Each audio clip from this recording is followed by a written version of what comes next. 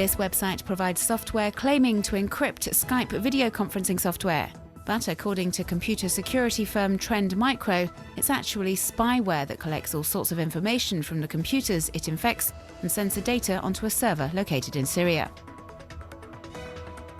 Similar malicious software or malware was spread a few weeks ago via a fake site masquerading as video sharing platform YouTube, which Syrian opposition activists use on a daily basis to report on the repression across the country. These anti-government cyber activists are regularly targeted by these types of electronic traps designed to monitor their online activity. According to the Electronic Frontier Foundation, a digital rights advocacy group based in the US, there has been a proliferation of these phishing attempts on Facebook in recent weeks. For example, links have been slipped into the commentary boxes on pages visited by cyber activists, links which redirect the user to a fake page on the well-known social network with a view to stealing their usernames and passwords. The United States has decided to clamp down on these practices. Last month, Barack Obama announced sanctions on individuals or organizations found using new technology to carry out human rights abuses in Syria and Iran. The measures also apply to Western companies that help these countries create web censorship tools or systems to track and monitor web users.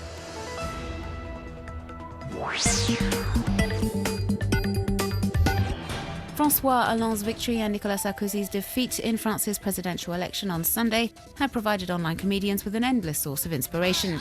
They've been having a field day poking fun at the outgoing president. Here's a look at some of the best creations doing the rounds on the web following the announcement of the election outcome. The team behind this video is celebrating the end of Nicolas Sarkozy's time in power. It's shown as the closing credits of a film entitled Le Quinquennat, meaning the 5-year period. It lists all the defeated French president's colleagues and allies with a tongue-in-cheek take on the roles they played in this 5-year-long feature film. Another parody cashing in on Nicolas Sarkozy's defeat, this revisited version of a track by French rap group Section d'Assaut. The song was posted online by a web user going under the pseudonym Mr. J-Day and looks back at key moments of the outgoing president's mandate, reminding him there's still cause for satisfaction. He may not have won the election, but he's still married to Carla Bruni.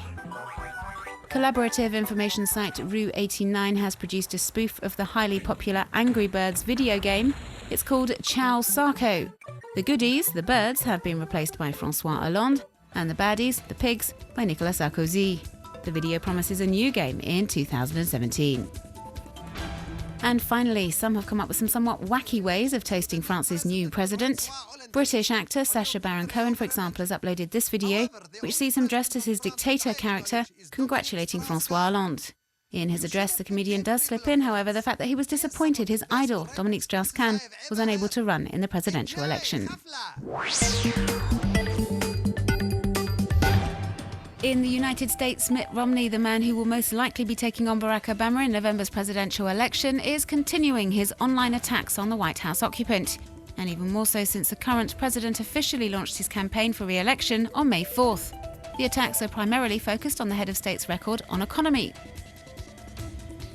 The Mormon candidate recently posted a series of infographics on his website denouncing how, over the past 4 years, Barack Obama's policies have affected young people, the Hispanic community, and also the middle classes, with claims that the average income for an American household has reduced by $4,300 under his presidency.